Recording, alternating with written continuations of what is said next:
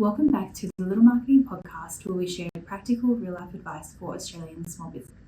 Today, we're going to dive into a topic which is super common among small businesses, and that's brand positioning. Positioning is the foundation of everything that you communicate as a business. And if it's weak, your marketing and your message is going to suffer. We're also heading into Christmas, which is one of the noisiest times of the year, which makes strong, consistent positioning more critical than ever. By the end of today's episode, you will understand what positioning really is, why most Australian small businesses sound the same, how to create a clear point of difference, the 4 rules of positioning, how to test, reinforce, and communicate it, and why this is especially important for Christmas marketing. What positioning actually is. So let's start with a simple definition of what positioning actually is. Positioning is all about how your business sits in the minds of your ideal customer, in a way that's different to your competition. It's not about being the best, it's not about being the cheapest, and it's not about offering the most services. It's about being memorable, being clear, and being distinct. So you want to position yourself where there is the least amount of competition, or even completely eliminate the competition in your customer's mind. If you don't define your position, your customers will, and it's often not going to be in your favor. Why so many Aussie small businesses sound the same? So most small businesses in Australia are guilty of all sounding the same. You'll hear things all the time like we're trusted, quality service, we're professionals. The problem is that these phrases don't actually mean anything. When every accountant, when every cafe, or every plumber claims the same thing, your customers aren't going to be able to tell you apart. So your positioning solves this by giving you a clear, unique point of difference. It's going to make your business memorable, and it's going to make your business trustworthy. Creating a point of difference. A point of difference for your small business is simple, believable, and valuable. Some examples are Sydney's expert electrician for residential homes, Sutherland Shire's sports physio clinic, the accountant for Sydney's small businesses. Your point of difference doesn't need to be clever. It needs to be clear, it needs to be memorable, and it also needs to eliminate competition. The 4 rules of positioning. Rule number 1 is create positioning and point of difference. Answer 5 key questions. What do you do? Who do you help? Where do you do it? Why are you the expert? Why are you different? This then becomes your positioning statement, which is the foundation of all of your marketing. Rule number 2 is never waver from your positioning. Don't change your positioning weekly. Consistency is key. By being consistent, it will build trust and confidence with your customers. Rule number 3 is communicate your positioning frequently. So your positioning must appear across all of your marketing collateral.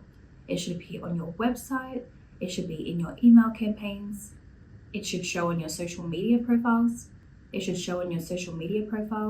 and on any flyers, brochures, or pamphlets that you create. Repetition of your positioning will build memory, and memory then leads to trust. How positioning drives profit. So the truth is that your positioning can directly impact your bottom line.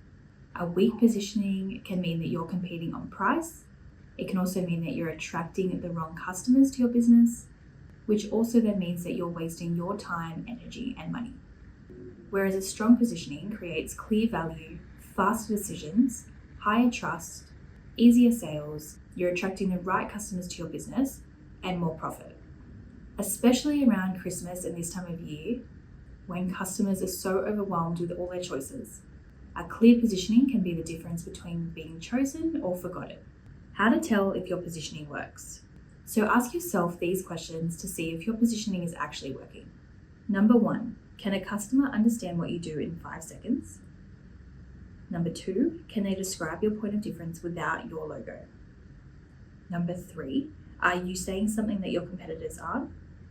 Number 4, do people repeat your message back to you? And number 5, can your team explain your positioning in 1 sentence? If you answered no to any of these, it's probably time to refine your positioning. Common mistakes small Aussie businesses make. So the first mistake that small businesses make is trying to sound like everybody else. This is going to make you blend into all of the noise, and you're definitely not going to stand out from your competition.